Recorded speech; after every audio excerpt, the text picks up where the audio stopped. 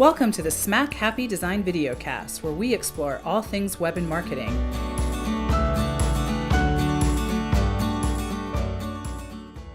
With your hosts, Nicole and Danielle.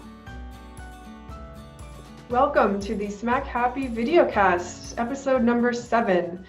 And today we have Caro Calazos with us from Be Social Group, and she is an expert in social media. Caro, could you give us a little intro? Thank you very much. Thank you for having me today. Very excited to be in this beautiful space. My name is Carolina Collazos. My nickname is Caro. I've been in the social media magical world for about 5 years now. And I literally fell in love with social media prior to starting my business. I used to work for Sony Music, the record label. And it was actually when social media advertising started this big boom and hype about how you could advertise and reach your target audience and new audiences. And it really, really helped us try to help the smallest artists that Sony Music had just signed off, get them out there. And so it was actually a great opportunity to discover all about Facebook advertising. And at the time, Facebook and Twitter were kind of like the hottest platforms. Then Instagram came on board. Mm-hmm. And so that's in a sense how I started this social media role per se. Okay. And we also have Danielle with us. Hi. Yeah, a little slow moving today on my end. Hi, I'm Danielle. I have worked with Smack Happy for I think 2 years now. I think I can round it up, almost 2 years. And I do a little sprinkling of different things for Nicole and Smack Happy. I do some project management. I'm involved with the SEO and the content. A lot of it's strategy. I think I realize now that I kind of specialize in technical SEO, on-site technical SEO. And we are, springing into some social media stuff, so we're learning there too. And that's me in a nutshell. Hi. So I'm Nicole Hanasek. I'm the owner of Smack Happy Design, and I've been designing and coding websites for about 20 years now. And I've had Smack Happy for 10 years just this year. So having a good time, and I should probably celebrate the 10-year mark. Oh, yeah. Yeah. I just want to say really quick about Be Social. I love your branding, and I like even your proposal and everything. Like, you carry it through all the way. And I just want to mention that I'm wearing these socks today just for you. I could cheers. It's going to be kind of awkward, but maybe it'll be funny. Here we go. Oh my! Oh, those are cute. I love those. Now you're gonna have to ship me a pair. I can do that. I'm sorry, I don't own anything that has yellow in it. I need to work on that. Oh yes. We were just talking. Yeah, I need to get some bee antennas. That would be that'd be cool to wear to an external marketing party. I think for our team, some bee ears. We should do that. Oh yes. Icebreaker right there. Yeah. All right, so let's dive in and talk about the hot topic of today, which is the big change in the Facebook social media feed. What do you make of it right now? What do you see happening, and maybe what would you recommend for people moving forward?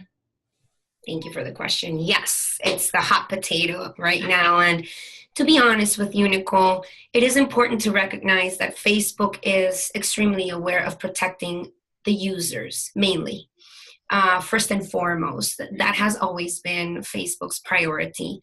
And I'll give you a clear example. We have a customer that sells intimacy products that prepare couples for intimacy. And creating content on Facebook where maybe there's too much nudity going on, or maybe there's a type of content that might be inappropriate for users that are 18 or younger, because Facebook starts from 12, 13 and up years of age, correct? Mhm. And so they ban your contact for your content, to give you an example. And so with Key of Allure, which is our customer, we've had to manage to create content that is appropriate for the audience on Facebook, and that it continues to follow every single guideline. So what's happening right now is their priority has always been the user. And what we're seeing now is that the users are being bombarded, for lack of a better term, with way too much publicity. Okay, you go on Facebook and you no longer see grandma's vacation photos or your uncle's Thanksgiving dinner photos or your cousin's birthday videos, right? What you're seeing to a good 70 to 80% is publicity. And so users are moving to Instagram more rather than Facebook because they feel less attacked, right? For lack of a better term, with all of this content, because you're a target. Facebook knows you very well already. If you've been using Facebook for the past 5 years, which is 80% of Facebook's users, they know 85% of your interests. And so obviously this is the reason why for marketers, it's such a huge opportunity to market their product, their service, their brand. However, Facebook is starting to look at the demographics and understanding that there has not been yet enough protection over all of the content that's being put in front of you on your newsfeed. That's why they're kind of moving towards protecting users a tiny bit more. This does not mean that it's going to disappear completely. Their marketers are not going to have an opportunity to target and to create an ad and to be successful or have to pay, hundreds and hundreds of dollars for a Facebook ad.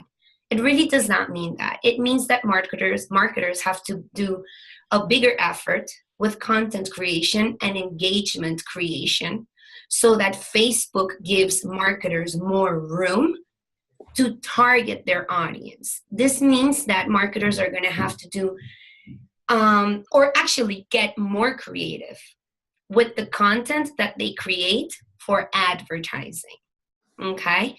And it's also giving us an opportunity to go back to the organic days and find ways to engage with the audiences organically. What are marketers doing, Nicole?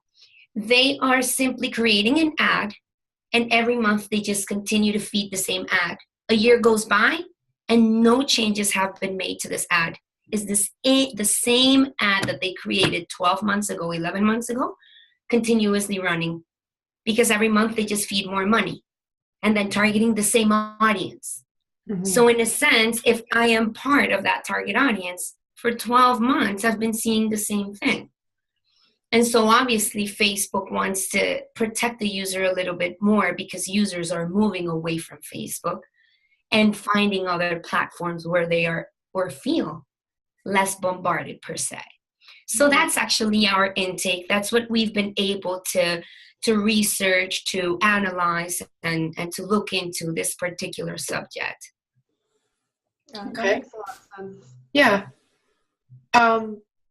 So it's more about getting smarter as a marketer and kind of really, I think a lot of people kind of want to take that approach, but it might seem a little overwhelming because of how they have done things in the past. Like how, if you have a decent budget, sometimes it seems like,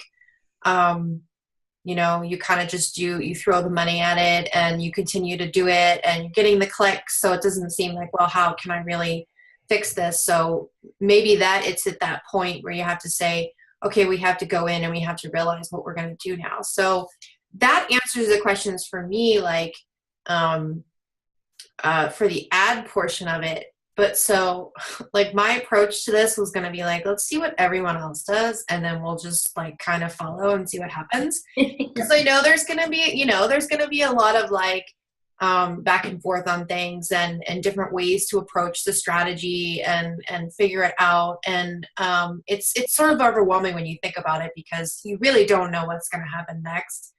And, you could predict and everything. But so I guess from our standpoint, from somebody, we're a small business as well. And I'm sure other small businesses are probably going to think, well, so how do we go back to the old days when we're trying to do, connect with people on a more human level rather than, sending out these sort of more businessy type of posts. And the content part of it, I understand, developing the content for the audience to receive it well. And, it has to have value to them and bring them something more than just, what you're saying. But what would be a couple of basic things that you could go back and kind of do? I mean, that's what I think about.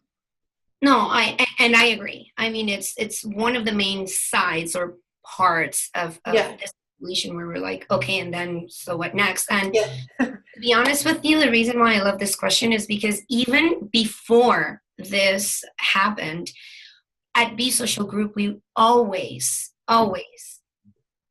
take into consideration that the content that we're going to create for every single customer is of huge value.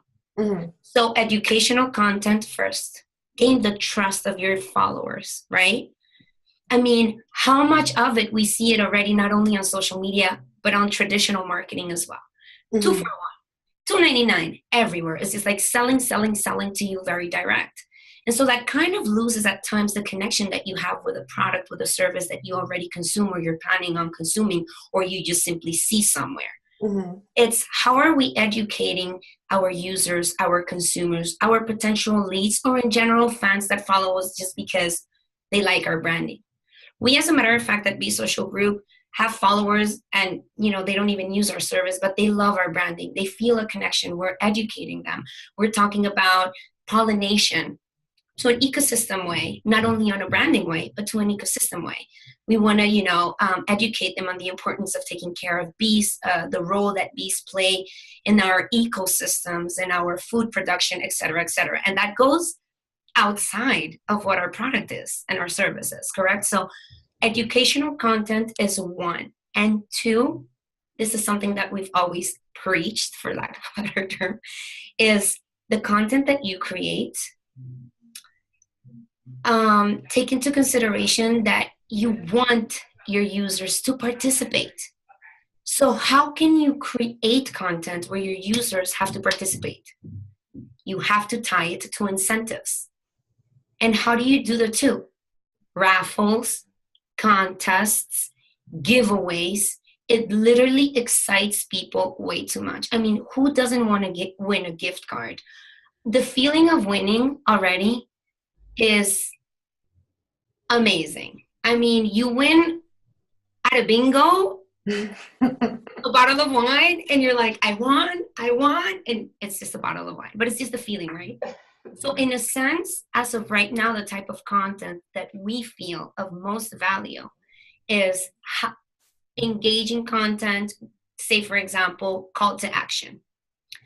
Tag 3 friends for a chance to win lunch at Julio's Cafes, right? Or comment below whether you love tea or coffee the best for a chance to win a $25 gift card at Pete's Cafe. Or comment below your most recent dream for a chance to win a 30-minute session with Kay Heatherly Hypnotherapy. Okay, so in a sense, this is added value to the content that you're creating because you are really wanting for your audience to engage. If somebody already participates, it means they are interested in winning. Mm-hmm. They are interested in your product. They are interested in your brand, in your storytelling. They want to be part of. Okay? So in a sense, we feel that when creating ads, marketers really have to think outside the box and say, okay, wait a minute. Return of investment. I created an ad and I obtained 10,000 likes, 300 shares and 20,000 links to my website. And then, so in a sense, when you have a call to action, it measures also your return of investment.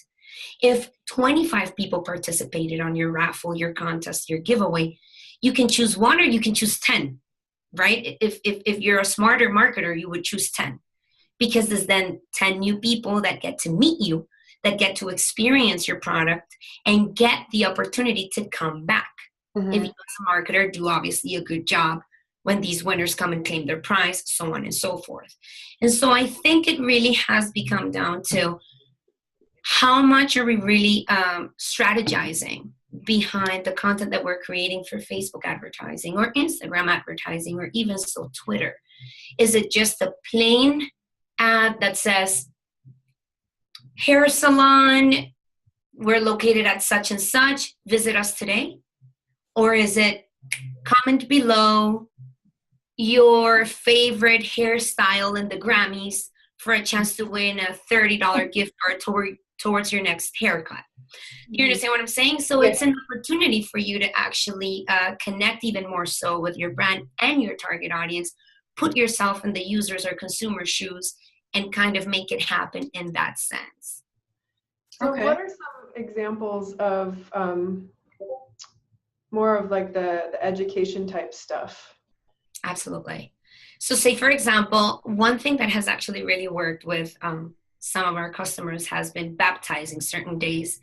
And a really strategic day is actually #FunFactFriday.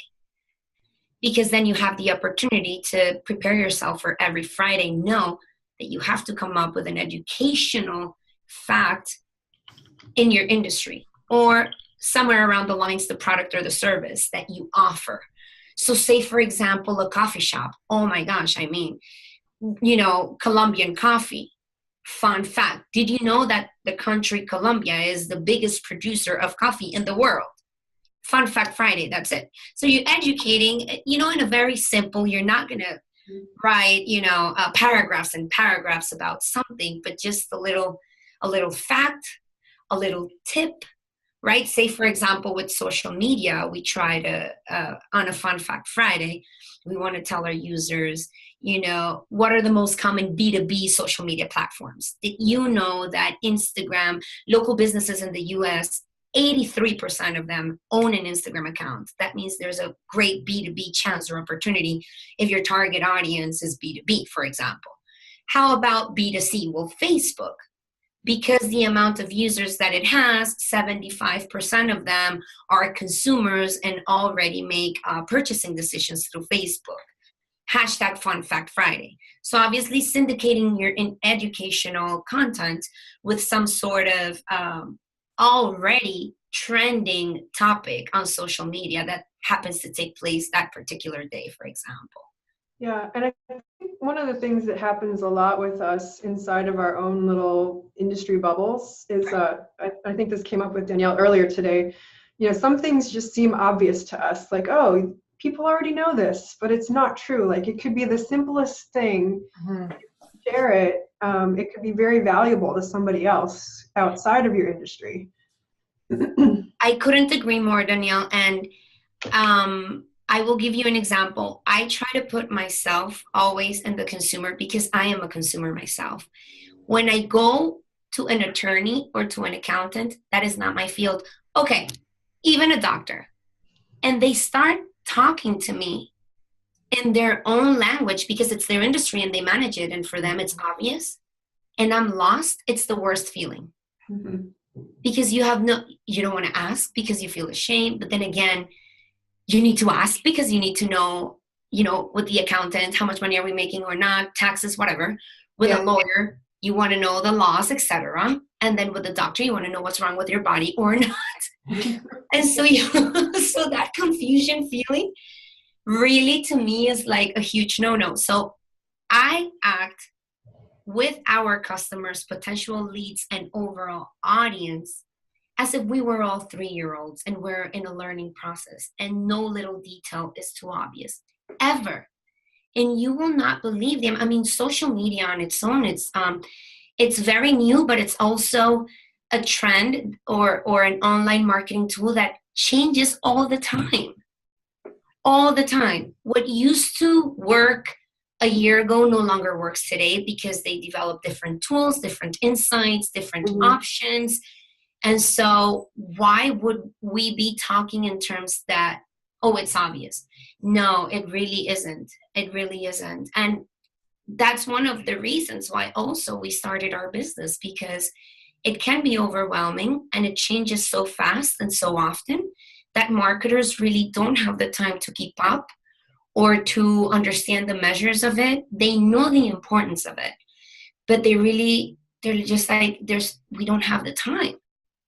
I mean, we all understand that running a business is wearing many hats, and social media has become one of those many hats. It's like you have to wear it.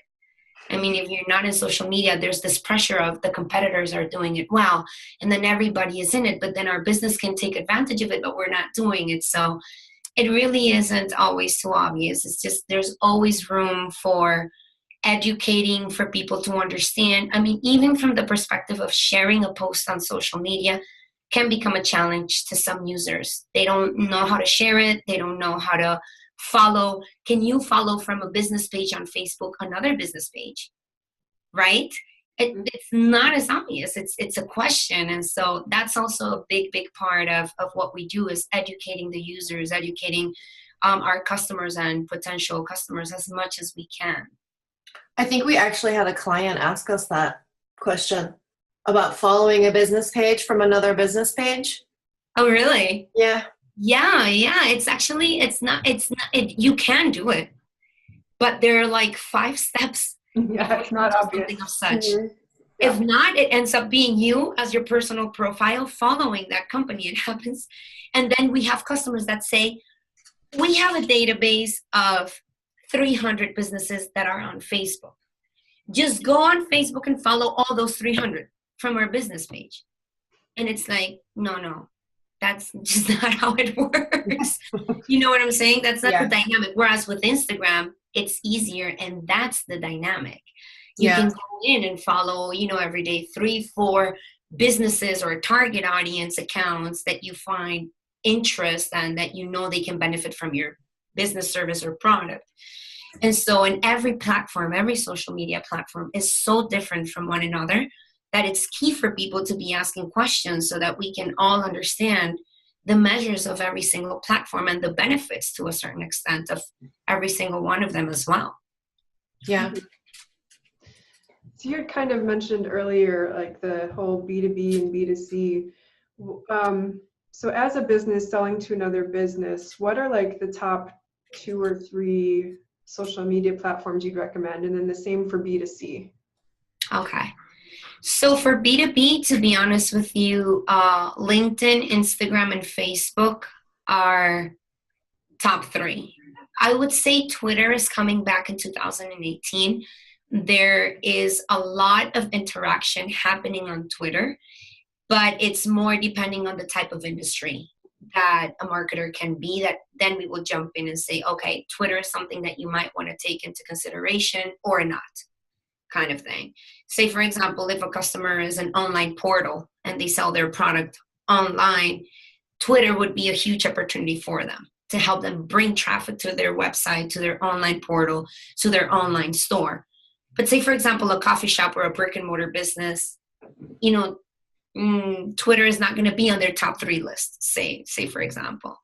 And then for a B2C, Facebook will be hands down a huge opportunity to reach the customers, particularly because Facebook, as of right now, still has 10 to 11 different ways to advertise.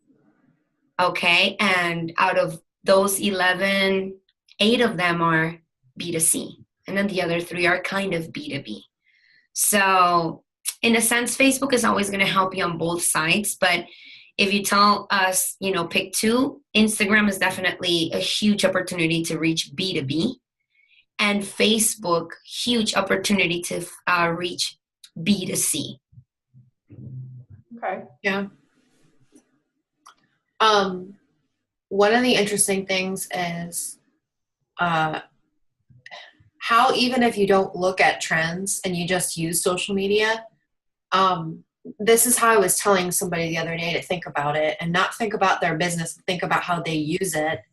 Right. And think about the trends of like, okay, well, did this work for you better when you said something on this or this, you know?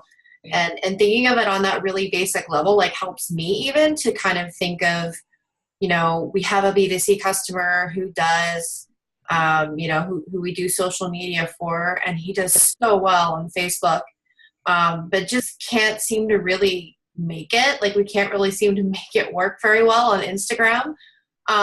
And we did something to create sort of like an A/B test recently that really proved that his audience wasn't there. So it's something too, like, I feel like people should think of it as well, like, and you can comment on this, Caro, like, you should feel comfortable giving something up too if it's not working, and just like focus your efforts on the things that do work.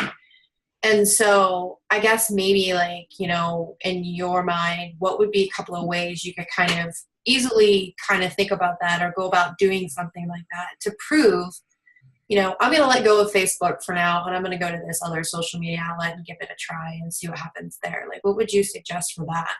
Absolutely. And I couldn't agree more. Social media is all about testing and measuring. Okay. Even with advertising. I mean, organic reach is one thing, and then advertising is a whole different spectrum. But at the end of the day, they both have the same goal. How can we engage? How can we generate leads? How can we, you know, increase the audience, the followers, and so on and so forth. To be honest with you, one of the ways is measuring engagement.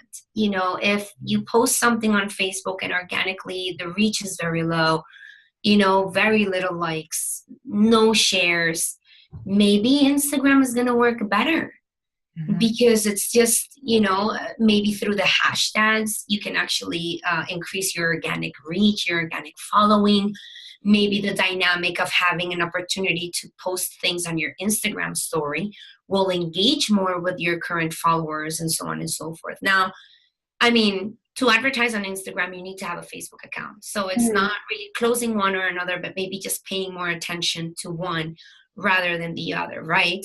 Oftentimes we do sit down with a potential lead and they're like, you know, we need 5 social media channels and Pinterest, and just because their competitors are doing it just like that, or maybe because they just don't really have an idea and they just say, you know, the more the merrier. And I don't feel that with social media is the more the merrier. I feel is just because what I was saying before and earlier, every social media platform is so different. And as much as people really think it's the same thing, they're not. The age range of audiences on each social media platform varies so much. I mean, my grandmother does not use Snapchat, but she's on Facebook every day. And so these are things that we have to take into accountability. So just really exploring every social media platform. We sit down with every marketer and we tell them, no, let's sit down and analyze who your target audience is first. And then based on our knowledge and how we know every social media platform, we're going to recommend that you start with 1 or 2. And we'll take it from there. And oftentimes, because of budget, customers start with 1. And if they really love it, then they'll try to jump into a 2nd and 3rd to explore and see what can happen. Yeah. Or vice versa, we start with 3 because they already have 3 up and running and they really want us to manage 3, and then it ends up being that Twitter is not doing really much for them, and we just drop it, which is fine. Like you're saying, if something is not really working to, you know, the expectations of the customer or to a marketer per se, it's okay to drop it and focus all of the efforts on that one social media platform that's doing a bit more and that's helping more. And even that the marketer is connected with that platform more. You know what I'm saying? So it's also about personalities, and these platforms have personalities, have DNA in them. And so it's pretty much identifying and knowing which one it's kind of fitting best for you. Okay. Yeah. Thank you. Yeah. I don't know. Do you have any follow-up questions, Nicole? My mind's just like reeling. I know. I want to say, I feel like we need to do a part 2 and a part 3 with you, because I have a million questions. And we didn't even like cover all the ones that we had on our list. We haven't even gotten to them yet. but I want to wrap up soon. So let's do this. Let's ask you two more questions, and then we'll wrap, and then we'll schedule a part 2 because I think we need it. So first question: what is the Bee's favorite hashtag and emoji?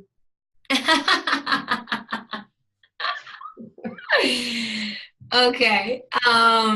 Our favorite hashtag is buzz, but it's B and 5-letter Z's. And then our favorite emoji is, of course, the bee and the honey. Oh, yeah. Oh my gosh, obsessed. Yes. It's definitely a fun brand for sure. Thank you. Thank you. We do love it. Bringing the buzz is what it's all about. So. Yeah, it makes a lot of sense for when And then the next one that we schedule, maybe we'll all have some bee socks. you Oh, thought. yes. Some bee And antennas, and it'll make it even more fun. Yeah. You got it. You got it. I'm signed off on it. What was the next question you wanted to ask, Nicole? Oh, the other fun one. What is your favorite social media app? Oh, wow. There are plenty of them, but I do have to say that Tiny Planet is one of our favorites just because of the fact that it turns a photo into this little tiny world. You have to try it. And so by the time that you post it on Instagram or Facebook or even Twitter, people go nuts. They're asking all over, like, how did you make that? This looks so cool. This is so funny. It makes people's heads tiny or very, very big in the picture, and then it makes it a tiny world. It's the funniest thing. We actually won a contest at a Microsoft event. It was a panel. It was just a panel of some, techs and engineers and women in technology at Microsoft here in San Francisco.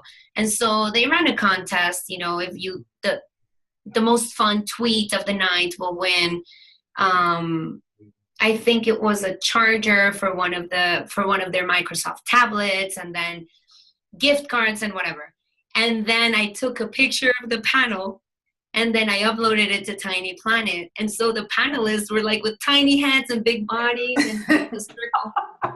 Oh my gosh, that event had 80 people, and everybody was coming afterwards to us like, how did you make that? That's so funny. Oh my God. They look like bubble heads and this and that. And oh my God. So the engagement is just so much fun. So I definitely recommend Tiny Planet. And you can do videos with it so that people with the little head and big bodies or in the Tiny Planet moves around.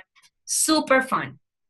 So that's actually one that I recommend just for fun and creative, thinking outside the box content. Okay. So would we see examples of that on your feed?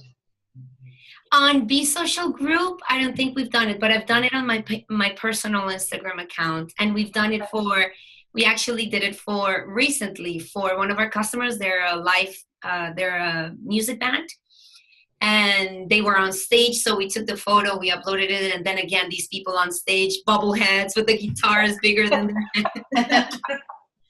So yes, definitely on La Clandestina you can see it, and on my personal Instagram, but on Be Social Group we haven't done it, interestingly enough. Okay. We'll include some links to those things in our show notes. Yes, absolutely. Absolutely. Yeah. Okay. So I think that's all the time we have for today. Thank you so much for joining us and for talking about the Facebook stuff. I'm anxious to share this with everybody so we can get people moving in the right direction there. You want to tell us how people can find you and let us know more about your business real quick? Yes, thank you so much. Well, first and foremost, thank you for giving me the opportunity to talk to you ladies and the audience about social media, the magical world of social media. Be Social Group is based in San Francisco. We also have an office in Miami, Florida, but we work with customers all around the globe. Our website is www.besocialgroup.com. Our social media channels are facebook.com/besocialgroup, Instagram @besocialgroup, Twitter @besocialgroup. So you can definitely follow us. You can also email us actually at hello@besocialgroup.com. I'm sorry. And we're always here to bring every business entrepreneur and artist the buzz. And we really want to learn from everybody. So feel free and welcome to contact us. Awesome. Thank you so much. I'm going to be following Yeah. right after. Yay. Fun fact Friday tips that you threw out there. Yes, absolutely. Absolutely. We love creating like just some fun and engaging and creative content. So please follow us and give us a buzz. Well, all right. So thank you for joining the Smack Happy Videocast, where we explore things all web and marketing. Until next time, everybody. Until next time, thank you for everything. Buzz out. Thank you. Bye. Bye. Thank you for listening to the Smack Happy Design Videocast. For more information and downloads, visit smackhappy.com/videocast, where you'll find more episodes and the opportunity to subscribe on YouTube or iTunes. You can also sign up for our newsletter delivered to your inbox monthly. And if you enjoyed this episode, please share it with your friends and colleagues. Again, that's smackhappy.com/videocast. See you next time.